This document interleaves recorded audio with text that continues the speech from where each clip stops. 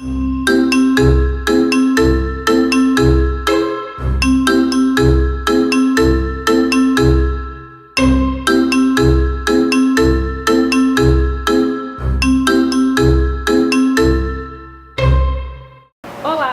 O papo literário de hoje é com o escritor porto-alegrense André Tim. O romance mais recente dele é O Modos Inacabados de Morrer. Foi lançado em 2016. E agora, no finalzinho de 2017, ele esteve aqui em Bagé durante o primeiro Fest Fronteira Literária. Obrigada, André, por estar aqui conosco hoje no Papo Literário. Obrigado, eu que agradeço o convite. Bom, queria começar assim, sabendo lá do teu princípio, assim, qual é a tua memória mais antiga com a literatura? Eu acho que a minha memória mais antiga com a literatura, obviamente, enquanto leitor, né, foi na infância e descobrindo assim livros que despertaram ali meu interesse pela literatura, né? E eu não recordo ao certo a idade que eu tinha, assim, mas acho que se fosse início da pré-adolescência ali, nem era muito mais criança, mas eu lembro com muita afeição assim da coleção Vagalume, que eu acho que teve uma grande repercussão assim no Brasil ali na década de 80, década de 90, fez muito sucesso e iniciou muita gente na literatura, assim. É bem comum quando a gente conversa com as pessoas, assim, pessoas que se interessam por literatura, terem descoberto ali na coleção Vagalume, terem despertado esse interesse pelos livros e pela literatura, né? Então eu lembro com muito carinho assim embora, claro, tenha lido outros livros antes, mas acho que esse assim é um marco ali que talvez tenha me tornado um leitor mais aficionado, mais assíduo. E tu escolheu como profissão, tu é graduado em letras, né? Uhum. E a escolha da profissão também é logo ali na adolescência, assim, tu já escolheu com essa tendência que tu gostava de escrever, ou era mais pela profissão mesmo, depois veio essa tua tendência à escrita? A escolha da carreira como escritora, ela aconteceu bem tardiamente, assim, né? Foi depois dos 20 já. Eu trabalho, além de escritor, eu trabalho, na verdade, como redator em agências de propaganda, né? Mas eu acho que tanto a escolha da profissão quanto a escolha da carreira literária, elas se deram, assim, por uma... Eu acredito que eu sempre tive uma aptidão, assim, para gramática, para as letras, né? Então, para mim, desde a escola primária, fundamental, ensino médio, era uma coisa que para mim era muito fácil, assim, né? Escrever e a familiaridade com a língua. Então, eu me destacava muito nessa parte, assim, sem muito esforço, né? Então, eu acredito que foi uma tendência natural, assim. Depois, na hora de escolher uma profissão, acabei indo pela redação publicitária, né? Porque viver da literatura exclusivamente ainda é um negócio bastante delicado e complicado no Brasil, né? Infelizmente, assim, o Brasil não é um país de leitores numerosos, né? A gente vê seguidamente, assim, nos estudos e pesquisas que são feitas, que em comparação com outros países se lê muito pouco no Brasil, né? Claro, a gente tem um nicho e um grupo de pessoas que são leitores mais assíduos e mais dedicados, assim. Mas quando você compara isso com a população, com a massa mesmo, ainda é muito pequeno o índice de leitores, né? Tem pesquisas que mostram que o brasileiro lê menos de 2 livros por ano, né? É 1, alguma coisa livros por ano. Então, se você compara com outros países da Europa ou mesmo Estados Unidos, onde os índices nem são tão grandes assim, o Brasil perde muito, né? Então, essa é uma questão assim que dificulta um pouco você querer ser escritor e viver da literatura exclusivamente, né? Quem vive da literatura vive das suas atividades correlatas, né? Que é tradução, ou trabalha de alguma forma no meio editorial, e a feitura, a produção de livros é uma dessas atividades, né? Mas respondendo a tua pergunta, eu comecei na propaganda, sigo ainda, e aí mais tardiamente, ali pelos 20 e tantos, é que eu escolhi, resolvi me dedicar de fato à carreira da literatura, e teve início aí. Mas o curso de letras, de alguma forma, colaborou? Teve total participação nisso, né? Porque os cursos de letras, assim, no meu caso, tendia muito para linguística, né, na universidade onde eu estudei, mas mesmo assim a gente tinha muita teoria da literatura, né? E essas eram as minhas disciplinas preferidas, assim. Então sem dúvida teve um impacto e uma ajuda bem grande, assim, embora eu já estivesse arriscando ali os primeiros contos quando eu comecei a graduação de letras, sem dúvida teve uma participação fundamental. E quando é que foi que tu viu que assim, tu estava preparado para escrever um livro, assim, para lançar um livro? Bom, esse é sempre um momento delicado, assim, eu acho que a gente nunca sabe exatamente esse momento, né? A gente chega uma hora que você resolve arriscar com o que você tem, né? Às vezes dá certo, às vezes não. Esse momento para mim foi ali no começo dos anos 2000, acho que era 2000, 2001, e eu vinha tentando escrever alguns contos e aí tem aquela mistura assim que é um pouco de ingenuidade e um pouco de inexperiência também, porque você não sabe avaliar o quanto é bom ou não que você escreveu, e tem uma ingenuidade também de achar que um pouco a ingenuidade de desconhecer o meio editorial e achar que o que você vai mandar de alguma forma pode vir a ser publicado, né?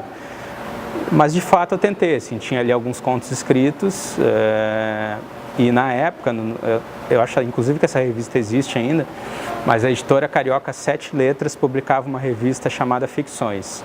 Então o que eles faziam? Acho que ela era bimestral, se eu não me engano, e eles selecionavam aquilo que era mandado para a editora e de tanto em tanto publicavam uma coletânea com os contos que eles gostavam mais, né? E resolvi mandar para essa revista, assim como mandei para outras editoras também. E para minha surpresa, eles responderam, tinham gostado de um dos contos que eu tinha enviado, acho que eu tinha enviado uns 3 ou 4 contos, e eu acho que nem tinha muito mais do que isso inscritos. E aí foi a surpresa, assim, porque eles tinham gostado e um desses contos foi publicado, né? Na edição número 7 dessa revista Ficções, lá em 2000, 2001. E aí que eu considero assim o marco, porque foi a primeira coisa publicada, né, em livro mesmo.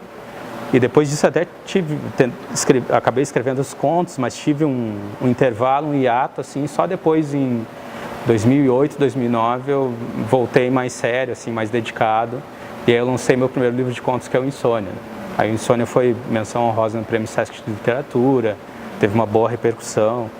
E por que a tua opção por contos? Porque assim, os contos, eles, para quem é mais inexperiente, assim, eles são digamos assim, a forma mais acessível, né? Porque isso não quer dizer que eles não sejam igualmente difíceis de escrever, mas são processos diferentes. O romance, por ser uma narrativa longa, ele exige conhecimentos que fazem com que você tenha que ser um narrador um pouco mais experiente, né? Claro que isso não é uma regra, tem gente que começa no romance e vai muito bem, se dá muito bem num romance, mas para a maioria dos autores o conto é um começo mais amistoso, assim, né? São histórias pequenas, então é mais fácil você conseguir escrever várias histórias pequenas e tentar publicar isso do que se lançar na feitura de uma grande narrativa que talvez você se perca no meio do caminho, talvez não tenha fôlego ou os conhecimentos necessários para concluir um romance, né? E quanto tempo foi de produção do Insônia? Quanto tempo levou para produzir todos os contos que foram para o livro? Então, o Insônia ele deve ter sido escrito assim no intervalo de uns 6 ou 7 meses. E aí o que acontece? Assim, eu desde de muito cedo na minha carreira literária, eu sempre identifiquei assim que se você colocar um objetivo ligado à sua produção literária, as chances de você conseguir fluir no processo e terminar a obra, elas são maiores. Então o que eu fiz? Era início do ano de 2009, se eu não me engano, e eu tinha tomado conhecimento do Prêmio Sesc de Literatura. E aí eu estabeleci essa meta para mim, assim, eu sei o tipo de livro que eu quero escrever, sei mais ou menos as histórias que eu quero escrever, então eu vou colocar como meta acabar esse livro a tempo de inscrevê-lo no Prêmio Sesc de Literatura quando ele tivesse terminado, né? Porque o Prêmio Sesc de Literatura é só para obras inéditas. Então você escreve o que você escreve, na verdade, é o original, né? E a premiação do Prêmio Sesc é a publicação do livro. E aí, ao longo desses 6, 7 meses, eu me mantive dentro desse objetivo e, de fato, consegui acabar a tempo de escrever o livro no Prêmio Sesc. E já é uma baita estreia, né? Porque já foi com menção honrosa, primeira obra, foi. já com uma menção honrosa num prêmio grande, né? Foi ótimo, fiquei bastante feliz, assim, e foi um incentivo para eu continuar escrevendo. Suas obras até agora, por exemplo, Sonífera Ilha, é um tema que fala um pouco de liberdade, mas é um mini conto, é um conto de 4 páginas que rendeu um e-book. Tem também um sobre o Kurt Cobain e os 25 anos de Nevermind. Como é que é esse teu processo de produção para tratar de tantos assuntos diferentes?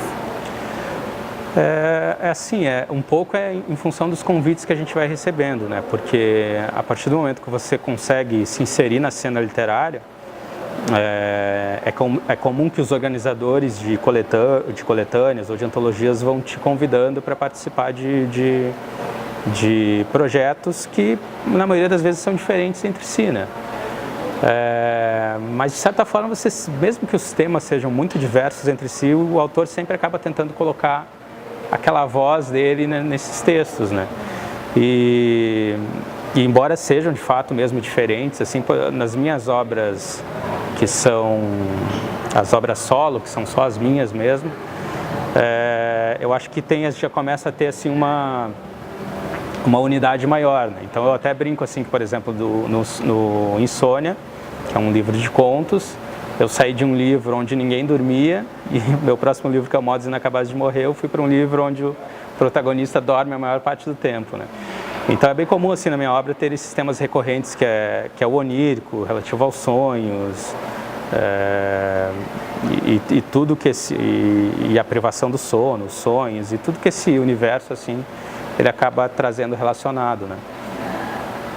E o e-book Camaradinha, como é que ele é uma história, é a visão de um garoto, né? Como é que ele surgiu, como é que foi a produção dele, qual é a história desse livro? Então, não é a história que tu conta no livro, mas a história de criação dele. Sim.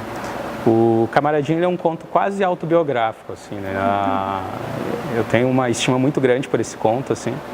Primeiro porque ele entrou para um projeto chamado Formas Breves, que foi um projeto que ao longo de 2014, eu acho, por ali, o Carlos Henrique Schroeder, que é um autor catarinense hoje, mas um grande autor, assim, que eu admiro muito, ele montou esse projeto chamado Formas Breves, e ele convidou escritores de todo o Brasil a escreverem contos toda semana, e aí cada semana esses autores, isso se tornava um livro individual, né, de um conto só, que ia à venda em todas as lojas digitais do Brasil, né? Então Amazon, Kobo, iTunes Store. E por um ano esse projeto publicou assim autores, fizeram uma curadoria, convidaram autores de todo o Brasil, e o Camaradinha surgiu nesse convite, né? E ele é quase autobiográfico assim porque quando eu era criança, assim, o meu pai é hoje militar aposentado, né? Mas em Porto Alegre, o quartel que ele trabalhava era bem na região central de Porto Alegre, então a gente tinha que andar toda Andradas, assim, que é a Rua da Praia, quase até o final, até chegar ao quartel. E o quartel para uma criança era um negócio muito mítico e curioso, assim, né? Porque era uma construção enorme, cheia de passagens meio secretas, salas diferentes, escadarias, corredores. Então eu ia para lá de manhã e ficava o dia inteiro lá, assim, e até a hora que meu pai ia embora, né? E ficaram muitas memórias disso, assim, e inclusive várias das coisas que acontecem no conto são verdadeiras, assim, algumas não, algumas são ficcionalizadas, assim, né, mas a maior parte do conto é ancorada, assim, em coisas que aconteceram mesmo. Também adepto aos e-books, aos livros digitais, né? Totalmente. Pois é, porque essa é uma opção, é uma questão de estar no mercado sempre, o que te leva a esse gosto pelos livros digitais? Então, eu acho assim, eu consigo me posicionar exatamente assim no meio do caminho, porque talvez pela minha idade, eu tenho 41 anos, né? Então eu tenho um apreço e um fetiche muito grande pelo livro físico, assim, eu não consigo me desvencilhar do livro físico, mas também assim sou um grande entusiasta das tecnologias, né? Então eu leio muita coisa no Kindle, né, que é o leitor de livros digitais da Amazon. E acho assim que a tecnologia ela traz benefícios muito interessantes, assim, né? A possibilidade de você colocar uma pilha de livros literalmente no bolso, sabe? Não precisar ficar carregando uma mala de livros físicos embora às vezes eu faça isso ainda, mas eu acho que traz vantagens, assim, às vezes você está com vontade de ler um livro específico na hora, e talvez seja sábado, você não vai encontrar na livraria da sua cidade, talvez a livraria vai estar fechada, e com um clique, em alguns segundos você tem o livro na mão ali para ler na hora que você precisa, né? Então a tecnologia tem essas vantagens, assim, e eu gosto da ideia de que o meu trabalho esteja disponível, assim, nesses formatos, na medida do possível e na medida que as editoras pelo qual eu estou saindo consigam disponibilizar isso, né? Mas sou muito fã, assim, e gosto, assim, então consigo ter um pé no analógico e um pé no digital, assim, com bastante tranquilidade. Bom, agora vamos falar do teu romance, Modos Inacabados de Morrer. Como é que foi esse processo de construção dele, já que é um romance que escreve vários contos, né? Mas aí, como é que foi essa mudança de gênero e quanto tempo tu levou? Como é que foi o processo de produção do livro? Bom, o processo de produção do livro ele durou alguns anos. E aconteceu da seguinte forma. Eu acho que durante os 2 primeiros anos eu passei muito tempo planejando a estrutura do livro, né? E esse é um processo comum, assim, para mim. Eu gosto de... Tem gente que se adapta melhor com o processo de sentar e sair escrevendo sem saber muito previamente a respeito da história. Eu já gosto de planejar antes, né? Então eu gosto de pensar em toda a estrutura, na arquitetura do romance, né? E isso exige pesquisa, até porque a temática do livro é uma temática que me exigiu muita pesquisa. Então esses 2 anos prévios, assim, foram de planejamento e de pesquisa.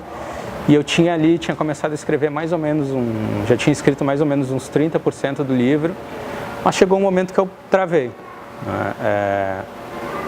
Um pouco por causa da rotina, assim, atribulada, trabalho, família, então eu não estava conseguindo ter o tempo necessário para me dedicar à construção do romance. E aí eu tomei uma decisão, assim, de adiantar lá uns dias de férias do trabalho, da agência, e me isolar em um hotel, ficar hospedado uma semana em um hotel para ficar escrevendo da manhã até a noite, com o objetivo de sair pelo menos com uma versão bruta, né, um rascunho do livro, e aí depois ter tempo de aperfeiçoar, reescrever, e aí foi isso que eu fiz. Eu me hospedei uma cidade lá do interior de Santa Catarina, num hotel, fiquei escrevendo das 8 da manhã até a meia-noite, todo dia, às vezes até de madrugada, e saí de lá com uma versão preliminar do livro. E aí depois tive mais um tempo para lapidar o livro, trabalhar nele, e inscrevi num concurso que se chamava Maratona Literária, de uma editora carioca chamada 8,5, que foi a editora que publicou o livro, e aí ele foi o vencedor do concurso. E aí isso rendeu não só a publicação do livro, como o lançamento no Rio de Janeiro. Bom, e agora esse ano, tu fez parte de 2 coletâneas, né? Queria que tu nos falasse um pouco de 100 Anos de Amor, Loucura e Morte, que é do Horácio Quiroga. Ah, legal. Como é que foi escrever esse livro junto com outras pessoas e reescrevendo, né, contos de um autor tão consagrado? Foi bastante interessante, assim, e até um pouco intimidador, né? Porque você está diante, assim, de um escritor que que faz parte do cânone literário, né? Então, no início, assim, assusta um pouco, né? Porque a nossa proposta era justamente escolher contos do livro do Quiroga e reescrevê-los, né? Com total liberdade, assim, a gente não tinha nenhuma regra, assim, do quanto a gente tinha que ser fiel aos contos originais.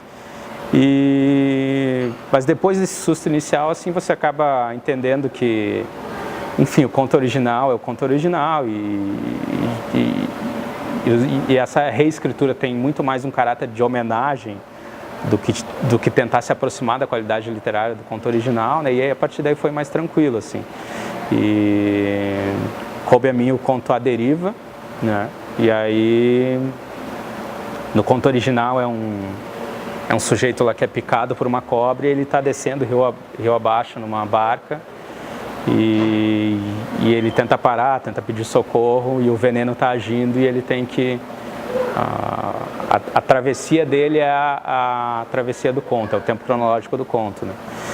E no meu conto, assim, eu subverti, me afastei bastante, assim, mas ainda mantive a temática da deriva, assim, que é um cenário de de conflito no Oriente Médio, é uma mãe à deriva no meio de um conflito de guerra, assim, e ela está com seus 2 filhos, assim, os trazendo pela mão, e nesse momento acontece uma explosão lá e ela perde os filhos, e a partir daí ela fica à deriva nesse momento, e aí acontecem outras coisas no conto, assim. Mas foi uma experiência muito interessante, assim, especialmente por participar com outros autores que eu gosto muito, assim, alguns que eu conheço pessoalmente, outros não, mas todos autores que eu admiro, assim, pela qualidade literária.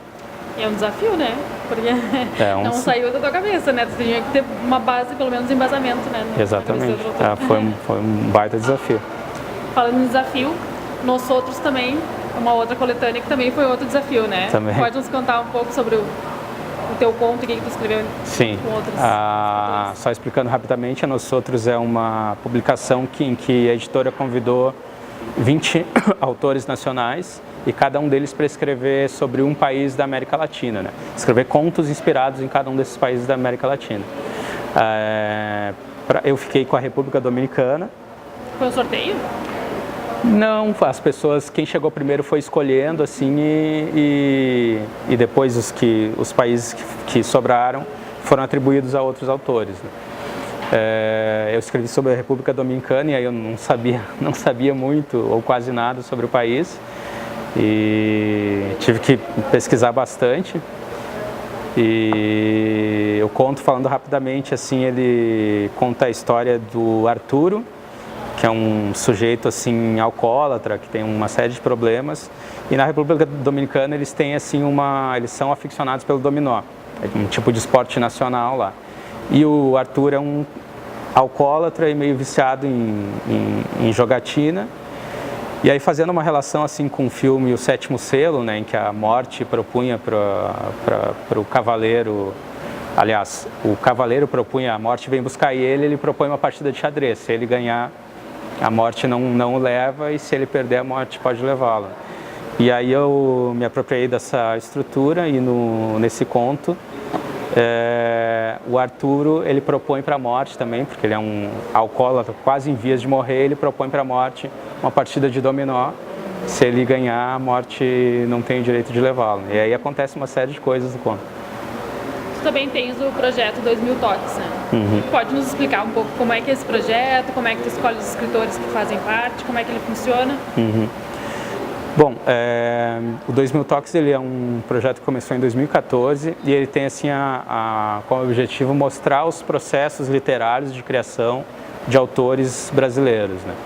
Então, eu convido esses autores para que eles escrevam um texto que é sempre exclusivo para o projeto, com total liberdade, e lá eles falam como que é o processo criativo deles, né? Se escreve de manhã, se escreve à tarde, se tem um ritual, se escreve só com café, se escreve em casa, se escreve na rua, e como que é o processo, se escreve à mão, se vai para o computador, e aí é uma série de minúcias, né? Eu não faço, assim, nenhuma distinção de autor, né? E a maioria dos autores me procura, é um projeto que já ganhou, assim, uma certa notoriedade, é bem conhecido, então é bem comum os autores virem me procurar para participar do projeto. E eu não faço nenhum tipo de distinção, assim, tem autores de prosa, de poesia, de não ficção, homens, mulheres, autores já consagrados, famosos, autores estreantes. O único pedido que eu faço é que se escreva sobre o processo criativo, né? E aí isso é publicado. Hoje ele já está com mais de 100 participações. E teve bastante repercussão, assim, figurou nos jornais de todo o Brasil, apareceu em portais de literatura, então é um projeto, assim, que é muito querido por mim, porque além de cumprir essa função, assim, de desmistificar um pouco dessa história do autor no altar, né, de desmistificar essa história do escritor, também expõe isso para as pessoas, assim, como que são esses métodos, esses processos, e também me ajudou a me inserir no meio literário, né? Porque nessa história de ter que fazer contato com todo mundo, assim, você acaba formando uma rede, né, de relacionamentos ali do meio editorial, do meio literário, e isso é sempre muito importante, né? Muito útil. E falando em processo literário, como é que é o teu, né? Porque tu não pode sempre ficar uma semana no hotel para cumprir o livro, né? Como é que funciona para a tua produção no teu dia a dia, conciliando com o teu outro trabalho oficial? Uhum. Olha, idealmente eu tento escrever de manhã cedo, assim, nem sempre consigo, eu gostaria de ser mais disciplinado, assim, já consegui ser mais disciplinado, assim, mas atualmente eu ainda não consegui estabelecer um processo de disciplina com o rigor que eu gostaria, assim, né? Mas na medida do possível eu tento escrever diariamente, acho que para mim é muito importante isso, porque é aquela história assim de não esperar a inspiração, né? As pessoas às vezes têm a ideia romantizada da inspiração, né? Como se do nada você fosse assim agraciado com uma luz divina, com uma ideia, e na verdade não é assim, né? Quando isso acontece é resultado de um trabalho inconsciente. Você já ficou pensando previamente naquele tema, sobre aquilo que você quer escrever, e de repente surge a ideia, mas ela é resultado de um trabalho prévio, né? Então eu gosto de dizer assim que a inspiração tem que te encontrar trabalhando todos os dias, né? A melhor forma. E aí, além disso, assim, eu gosto de fazer muita pesquisa, né? Como eu falei antes, assim, eu gosto de arquitetar os romances ou mesmo os contos antes. E geralmente meu trabalho envolve pesquisa, assim, por exemplo, Modos Inacabados de Morrer, que ele fala de um personagem que sofre de narcolepsia, né? Que é aquela doença do sono. Eu tive que ler livros médicos, tive que pesquisar inúmeras coisas, entrevistei um homem, um inglês que sofre exatamente dessa condição que o protagonista sofre. E aí eu vou juntando tudo isso para ter uma matéria-prima para de fato começar a escrever, né? Aí é a hora que se começa a escrever de fato o texto. Esse é mais ou menos o meu processo. Que às vezes muda, assim, mas de forma geral é mais ou menos esse. E tu já tem algum projeto em vista, algum plano literário assim agora para 2018, para o ano que vem? Tenho. 2019? Já estou trabalhando no próximo romance, no segundo romance. Não comecei a escrever ainda, estou só pesquisando por enquanto. As ideias são bem incipientes, assim. Nem sei se vai dar romance de fato, mas estou numa etapa de pesquisa. E que eu acredito. Não é continuação? Não é continuação, é um novo romance. Que eu acredito que se tudo der certo eu devo lançar daqui a uns 2 anos. E outra coisa que o Nós Outros, que é essa coletânea aqui, ela vai ser lançada nos Estados Unidos também, porque a Katia Gerlach mora em Nova York, então ela lançou primeiro essa versão aqui no Brasil. Que é organizadora, né? Que é organizadora, mas vai lançar também uma versão nos Estados Unidos, dos mesmos contos, né? Vai ser traduzido e vai ser lançado lá. E é isso. E qual é a tua relação aqui com Bagé? Porque hoje tu está aqui em Bagé, qual é a tua relação? Tu tem uma relação com a cidade, né? Sim. Como é que ela é? Eu não sou de Bagé, mas a minha esposa é de Bagé, né? Então a gente é casado há mais ou menos uns 15 anos, então é bem comum pelo menos uma vez por ano, e geralmente nessa época assim de virada de ano a gente vem para cá e passa uns dias, porque a família dela é toda daqui, né? A maior parte em Bagé, um pouco em Pelotas. Então tu é bem familiarizado aqui com a cidade? Bastante familiarizado. Então todo ano a gente está aí. Bom, a gente sempre termina o programa pedindo uma dica literária. Tu deu uma dica literária para os nossos telespectadores. Qual é a tua dica? Bom, minha dica literária é que quem tem a intenção de escrever ou quem tem a vontade de escrever, que entenda que a literatura não se dá por inspiração, então tente se instruir muito. Hoje existe uma bibliografia bem vasta, assim, com inúmeros livros de escrita criativa, de teoria literária, então vá atrás, assim, tente estudar e não espera pela inspiração também, né? Desenvolva uma rotina ali diária de produção, porque se você fizer conta, se você escrever uma página por dia, ao final do ano você vai ter 365 páginas escritas, né? E mesmo que você não aproveite as 365 páginas, você aproveita muito e talvez saia dali um volume proveitoso para se tornar um livro ou um outro projeto qualquer. Né? E tem algum livro que tu tenha lido e gostado muito, que tu indique para os nossos telespectadores? Bom, tem vários. Eu vou indicar um dos mais recentes que eu li, da Mariana Henriques, que se chama As Coisas que Perdemos no Fogo. Ela é uma autora argentina, de Buenos Aires, e é um livro assim que ele não é bem de terror, não dá para dizer que é um livro de gênero assim, mas os contos perpassam assim por essa temática, são contos assim com uma verve mais assustadora e todos ambientados assim em bairros pobres de Buenos Aires. Então ela flerta um pouco com terror assim, mas não é um livro de terror assim. Eu achei com certeza um dos melhores livros que eu li em 2017, então recomendo assim, As Coisas que Perdemos no Fogo. Tu é o segundo escritor que indica esse livro. Ele deve ser sério? muito bom. Aqui no programa? Isso, o primeiro programa da temporada foi com o Gustavo Chexter. Sei. E ele indicou esse livro também, e ele falou que foi fenomenal também. Então, vá correndo comprar o livro, porque é bom. Bom, o Papo Literário encerra aqui. Nós voltamos na próxima semana. Tenha uma boa leitura.